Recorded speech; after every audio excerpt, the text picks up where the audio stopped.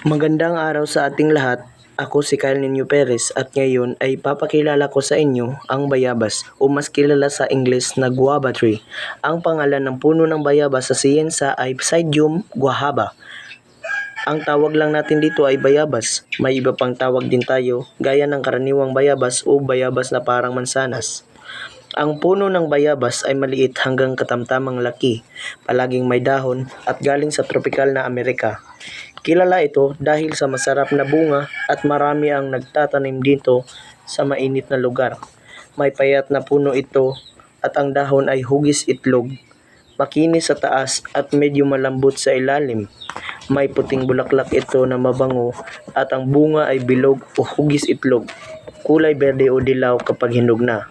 Ang dahon ng bayabas ay maitim na berde, hugis itlog at may makapal na balat na mabango ito kapag dinurog. Ang bunga ay kinakain ng diretso o ginawang inumin, jam at iba pang pagkain. Ginagamit din ang dahon at bunga bilang gamot. Ginagamit ang dahon para sa sakit ng tiyan, sugat at diabetes.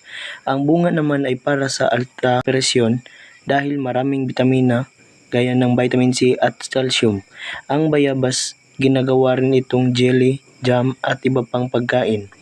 Masarap ang bayabas at maraming sustansya, mababa ito sa calories, maraming fiber at masustansya para sa katawan.